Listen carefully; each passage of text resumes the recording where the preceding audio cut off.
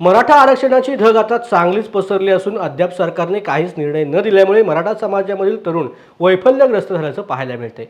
जालना तालुक्यामधील पाहेगाव येथील युवक संदीप गाडेकर यांनी मराठा आरक्षण 20 तारखेच्या अगोदर मिळावे या मागणीसाठी राज्याचे मुख्यमंत्री एकनाथ शिंदे यांना रक्ताने पत्र लिहिलंय।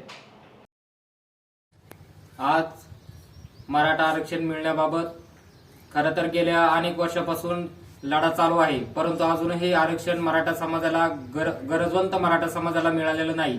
आणि म्हणूनच आज पाहेगाव नगरीतील सर्व युवकांनी एक निर्णय घेतला की आम्ही आता हजारो मोर्चे निघाले, लाखोची गर्दी झाली, तरी देखील या सरकारने आमची दखल घेतलेली नाही।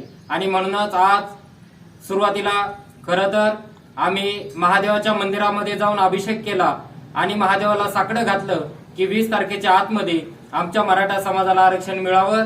आणि आता या ठिकाणी सर्वच आम्ही युवकांनी स्वतःच्या रक्ताने पत्र लिहिलंय।